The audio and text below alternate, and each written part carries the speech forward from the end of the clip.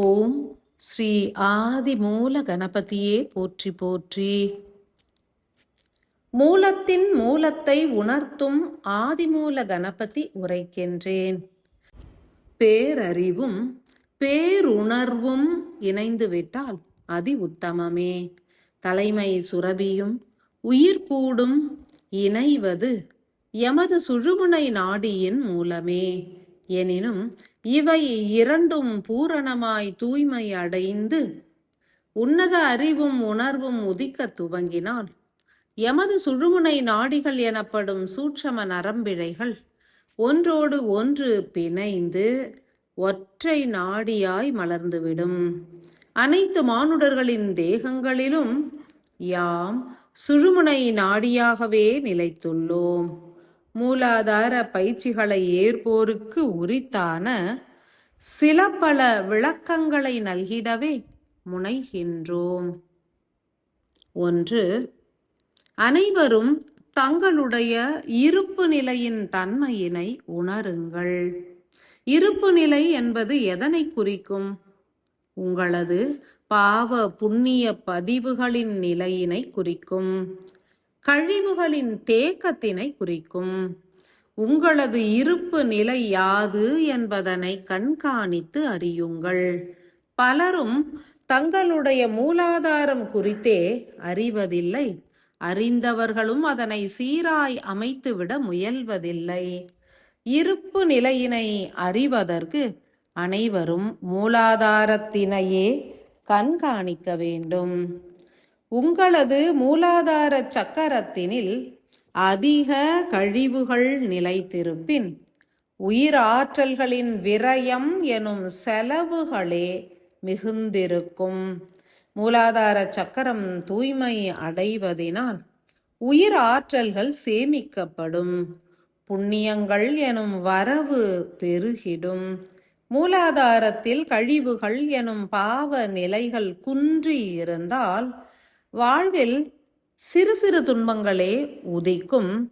பெரும் துன்பங்கள் அண்டாது. கழிவுகள் முற்றிலும் நீங்கினால் ஆனந்தம் பெருகும். அளவிற்கும் அதிக கழிவுகள் பெருகினாலோ தேகமும் பாதிக்கப்படும், பொருளாதாரமும் பாதிப்புறும். மூலாதார பயிற்சிகளை ஏற்போர் யாவரும் சுய பரிசோதனைகளை ஏற்க வேண்டும். சுவாசத்தின் ஆழம், காற்றின் உட்தேக்க நிலை, வெளியேற்றும் காற்றின் வீரியம், இவை மூன்றுமே பரிசோதனைக்கு உகந்த கருவிகளாகும். ஆழமாய் பல நொடி பொழுதுகளுக்கு சுவாசிக்க இயன்றால் புண்ணிய நிலை ஓங்கி உள்ளதென்றே பொருள்படும். பல நொடி பொழுதுகளுக்கு சிரமங்களின்றி காற்றினை உட்தேக்க இயன்றால் பாவமும் புண்ணியமும் மிகவும் குன்றி நிர்மலத்தன்மை ஓங்கி வருகிறதென்றே பொருள்படும். உட்தேக்கப்படும் காற்று எவ்விதம் வெளியேறுகின்றதென்றுமே கண்காணிக்க வேண்டும். வீரியமாய் விரைந்து வெளியேறினால் பாவப்பதிவுகளின் இருப்பு கூடி உள்ளதென்றே பொருள்படும். நீண்ட நேரம் உட்தேக்கிய பின்னரும் காற்றானது மெல்லியதாய் நிதானமாய் வெளியேற்றப்பட இயல்கின்றது எனில் கழிவுகள் குன்றி உள்ளதென்றே பொருள்படும். சுய பரிசோதனைகளை ஏற்று இருப்பு நிலை குறித்து அறிவது நன்று. மற்றுமோர் ஆழ்ந்த சத்தியத்தினையும் உணருங்கள். 2. சுய பரிசோதனைகள் புரிந்து தனது தேகத்தின் இருப்பு நிலையினையும் ஒவ்வொரு சக்கர அமைப்பினையும் உணர்வோருக்கும் சுய பரிசோதனைகளை மேற்கொள்ளாதவர்களுக்கும் அதனை குறித்தே அறியாதவர்களுக்கும் உருவகப்படும் நிலைகள் யாது? தனது உடல், மனம், உயிர் ஆகியவற்றை உணர்ந்து சீராய் பராமரிப்பவர்கள் அடுத்தடுத்து உருவாகும் பிறவி கணக்குகளை நிர்மூலமாக்கிடுவர். சக்கரங்களை சீரமைக்க வேண்டும் என்று உணர்ந்தும் சீரமைக்காத மானுடர்களை நச்சுக்கழிவுகள் ஏகமாய் சூழ்ந்திருக்கும்.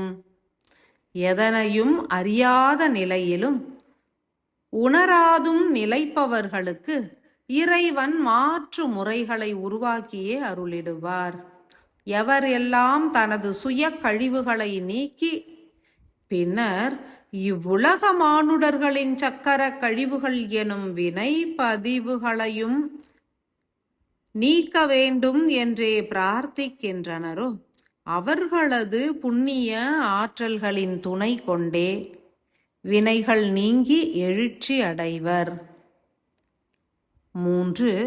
பஞ்சதேகங்களிலும் உள்ள மூலாதார சக்கரம் தோப்புக்கரண பயிற்சியினால் மாத்திரமே சீரடையுமா? மனிதர்களின் சிந்தனையில் சந்தேகங்கள் உருவாவது இயற்கையே. நம்பிக்கை என்பது வேறு, உருவாகும் சந்தேகங்கள் என்பது வேறு. தீர்க்கமான புரிதலை அனைவரும் ஏற்கும் பொருட்டு ஓர் சத்தியத்தினை வெளிப்படுத்துகின்றோம். ஆழமாய் உணர்ந்து ஏற்றுவிட முற்படுங்கள். தோப்புக்கரண பயிற்சியினை துவங்கும் முன்னர் ஆழ்ந்து சுவாசித்து காற்றினை உள்தேக்கும் தருணத்தில் வாயு தேகத்தினில் உள்ள மூலாதார சக்கரத்தின் கழிவுகள் நீங்கிவிடும் என்றுணர்க. வீரியமாய் அமரும் தருணத்தில் குருதியானது சிரசினில் மேலேற்றம் கண்டிடும் தேகத்திலும் கீழ்நோக்கி பாய்வதனை விடுத்து நொடி பொழுதிற்கு மேல் நோக்கியே பாய்ந்திருக்கும். இதன் மூலம் நீர் தேகத்தினில் குருதியில் பல அதிர்வுகள் உருவாகி பதிவு பொருட்கள் எனும் கழிவுகள் வெளியேற்றப்படும். கரங்களினால் செவிகளின் நுனி பகுதிகளை தீர்க்கமாய் பற்றுகின்ற தருணத்தில் உடலில் உள்ள திட உறுப்புகள் விழிப்புறும்.